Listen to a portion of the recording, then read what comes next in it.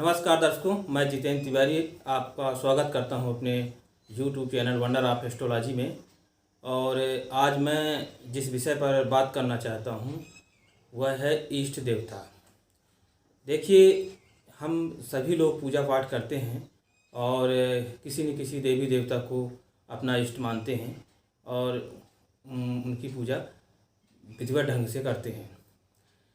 मित्रों, यदि हम चाहें तो कुंडली से अपने जान सकते हैं कि हमारी कुंडली में इष्ट देवता कौन है, क्योंकि यदि इष्ट देवता का चयन हम सही ढंग से नहीं करते हैं और किसी भी देवी देवता की पूजा करते हैं तो उससे मनोवांछित जो परिणाम है वो नहीं प्राप्त हो पाते हैं।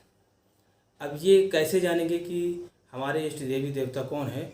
उसके लिए हमें कुंडली का जो 5वां भाव है और कुंडली का जो 9वां भाव है, दोनों को ही देखना चाहिए।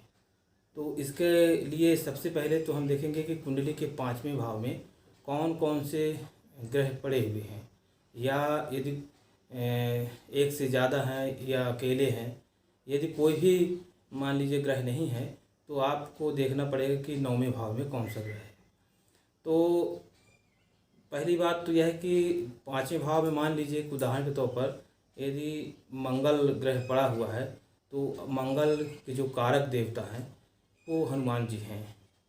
तो इससे यह हो जाता है कि हनुमान जी हमारे इष्ट देवता हैं और उन्हें ही साधना चाहिए।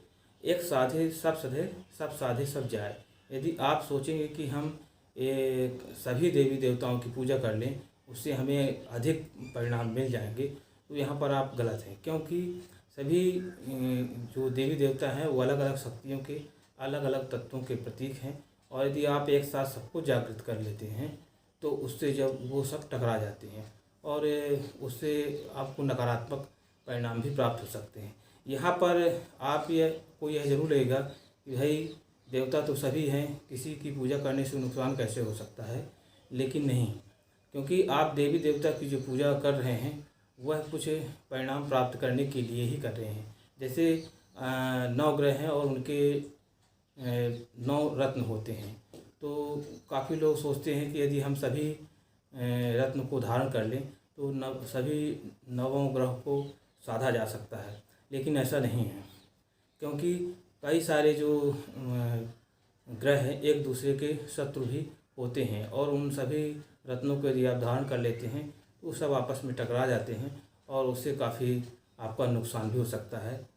इसके लिए आप जो है तो इसीलिए मैं आपसे कह रहा हूँ कि आप इष्ट देवता का चयन करें। दूसरी बात क्या है कि जो हमारी कुंडली का 5वां भाव है वो हमारे जन्म जन्मांतर को भी प्रदर्शित करता है और पूर्व जन्म को भी दिखाता है। इससे पता चलता है कि आप कभी पूर्व जन्मों में किस देवता के उपासक रहे हैं। तो जब आप उसी देवता की पूजा शुरू करते हैं तो वो कंटिन्यूटी जो है वो बहुत जल्दी बनती है, क्योंकि आप पहले भी उनके उपासक रह चुके हैं। कुछ समस्या ये भी आती है कि जैसे 5वें घर में कोई भी ग्रह नहीं है तो 9वें घर को देखते हैं, 9वें घर में भी कोई ग्रह नहीं है। तो इसके लिए ये ज़रूर है कि आप फिर देखिए कि 5वें घर में राशि कौन सी पड़ी हुई है। मान लीजिए कि 5वें घर में वृष राशि है तो वृष राशि का स्वामी शुक्र है और शुक्र की जो देवी हैं वो लक्ष्मी हैं। तो इस प्रकार से आपकी इष्ट देवी लक्ष्मी जी हो गई। तो वीडियो आपने देखा और अभी तक जिन लोगों ने मेरे चैनल को सब्सक्राइब नहीं किया है तो सब्सक्राइब अवश्य कर ले, जिससे आपको आगे नए विषय पर और भी वीडियो प्राप्त होते रहें। धन्यवाद।